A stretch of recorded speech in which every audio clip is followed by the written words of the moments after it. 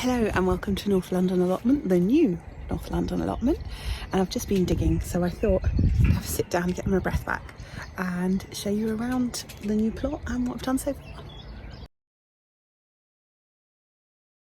So the furthest half, you can see, look, you can see there's a hole in my glove, can't you? The rest are clean.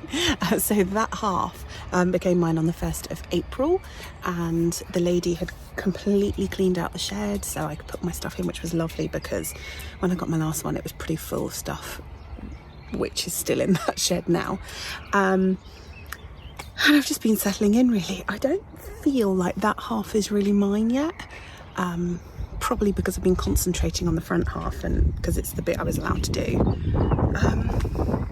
But let's have a look around, shall we? I'll start at the front and work my way back.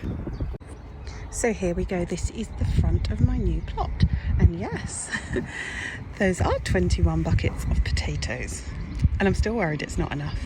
I didn't mean to do so many, but my friend over on one of the other plots got given some seed potatoes. And it's rude not to have them if they're free, isn't it? So we got some Duke of Yorks, which I'd wanted to try anyway, because my brother always grows those. He says they're good. So this is going to be like a wildlife, fruit and herb area, plus sitting area, those stumps. Very comfortable. So over here, I've got the hedgehog house. I did move it. We blocked it up when I moved. Well, say I moved it, got my husband carry it. Got to make the men work, you know. We did block it up because we think something was moving around in there, so that'd be great if it's in use. And as you can see, I've got some stumps and wood chip at the end. The back actually started to fall off, so we had to prop it up with a paving slab. And then I thought, oh, do you know what, let's kind of try and make it part of the environment, so I do want to cover up the rest of it as well. Now, when I left my old plot, I put all my herbs. This is savoury, which is amazing. So good, it's so tasty. I mean, you can just eat it just like that. And it's like better than stock cubes, it's amazing. So when I dug up my herbs, I put them all in pots because I didn't want to bring any mare's tail with me. So that's why you can see a lot of strawberries and herbs all in pots here. That is my Brayburn tree from Yew Garden. Was it a year ago? Maybe 2 years ago now. Lovely tree anyway, but that was in the ground and I put it in a pot so I can move it and not bring any weeds with me. There's strawberries all over the place. More herbs here, some rosemary, I think that's sorrel, sweet cecily. This is a new white currant that's just come from Yew Garden. Here I have some cuttings that I took off my jostaberry bush from the old plot, so it's too nice to not have any.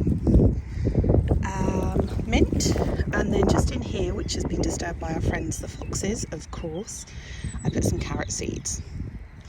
Goodness knows where those carrot seeds are now, thanks to the foxes. They do like to make a mess, they really do. Blueberries, more strawberries, some raspberries that my brother and dad sent me from their allotments. Blueberry, lavender, blueberries, lavender. Oh, and actually back here I did put some lavender in, but they've all died. I really struggle with lavender plugs, I really do. They just, no matter how I do them, they just don't want to seem to live. Peach tree, wormery, nothing in it yet because I want to do some reading up to make sure I don't kill my poor worms. I've got my bird bath. Is marjoram or oregano? I think it's oregano. But again, you can see why I potted them, so I can just try and get the bits of grass and weed out. This is a rosehip bush here. Never had one of those before. Any suggestions, please leave me a comment. This is going to be a wildlife area. I was going to use pallets, and I used normal sized pallets and it just looked way too big for the area. So then I tried this small one, and actually what I've decided now is to get rid of that pallet as well and just have a stumpery. So build it up with stumps and plant in the pockets and make sure there's lots of nooks and crannies for wildlife. And there's the pond that Elizabeth dug. So it's only going to be a wildlife pond, not for fish or anything. Please excuse the rubbish that blew in overnight. Might make it a bit bigger, I haven't decided yet. So I've got my shallow beach areas for wildlife, I've got a deeper section, and then I've got all the stuff I dug out. This front bit here I just covered because it's a bit unwieldy at the moment, and the idea is that probably next year this front section will just be flowers, like stuff for the bees. But I'm not going to worry about it right now. It's covered, it can die off. So that's the fruit cage. I've actually emptied most of that into the wildlife area at the front. Still got some pots to find homes for. Got to find a home for this box. Not quite sure if I'm going to keep the cold frame in the box here or move them up the other end. I'll have a look up there in a minute. So that's the children's water play compost, and then that is 5 barrows of finest horse poo. So obviously we have to pay delivery, so what we do is we can get 5 barrows and donate £5 towards the delivery costs. That's what I did. This has all just been peeled back. Now these holes are not me digging for treasure, that would be lovely. Because I had it covered for a long time, since autumn I suppose, the only things left alive were docks and thistles. So what it's enabled me to do is spot them and dig them out by the root. And what I've learned is thistle roots are really like couch grass. They seem to make rhizomes and grow off, so I've got to be careful with those. And then it's also helped me find the ones amongst these strawberries. But I do want to move these strawberries anyway. I just think they're kind of in the way. And then just there you can see what it would look like if I hadn't covered it. Although we did hoe it first. Kids and I hoed it. And then just today I've covered that farthest section there, which is really weedy, because it wasn't mine till the 1st of April, so just let me have the front half. But that kind of stops here where the strawberries are. So I have to clear out this polytunnel, because I do actually want to grow some stuff in here. As you can see, I've got some seedlings on the go. There's all brassicas down there. Some leeks that Amy gave me, sunflowers and various other flowers, and what else? Cabbages. More cabbages in there. They need a water. Got lots of peas.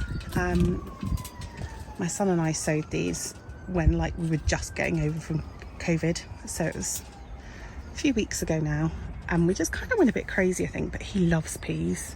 He literally, for a kid who's a really fussy eater, he will just eat peas from the pod. So growing lots of peas, and there's 3 different types. There's 2 types from Real Seeds, and then there's Heritage Seed Library Jays. And I explained in my seed video when I had COVID the 3rd time, not the 4th time. Yes, I've had COVID 4 times. So when I had COVID the time before last, I did the seed video and told you about the Jay's peas. In there we have got at the back there, those tall ones, those are walking onions from Real Seeds. There's a thyme and some flowers and some lavender that hasn't died, which is nice. I think that's all in there. Oh, and various rubbish that I've got to tidy out so I can actually plant some cucumbers and peppers and tomatoes. Right, let's take a walk down to my new hearth. And again, I still don't feel like it's mine, so I need to think this next section with the trees and bushes will be my next project after I've done the front. You can see there's lots of weeds that need digging out by the root. There's also seem to be blackcurrant runners that need sorting out, and trees in blossom, and I have no idea what they are. I have a feeling that 2 over there's 3, but 2 of those are apples. I don't know what the rest are. Guess we'll find out, won't we? Let's go this way. So that's an old compost area. I have put my bean poles in here because it was a good place to put them.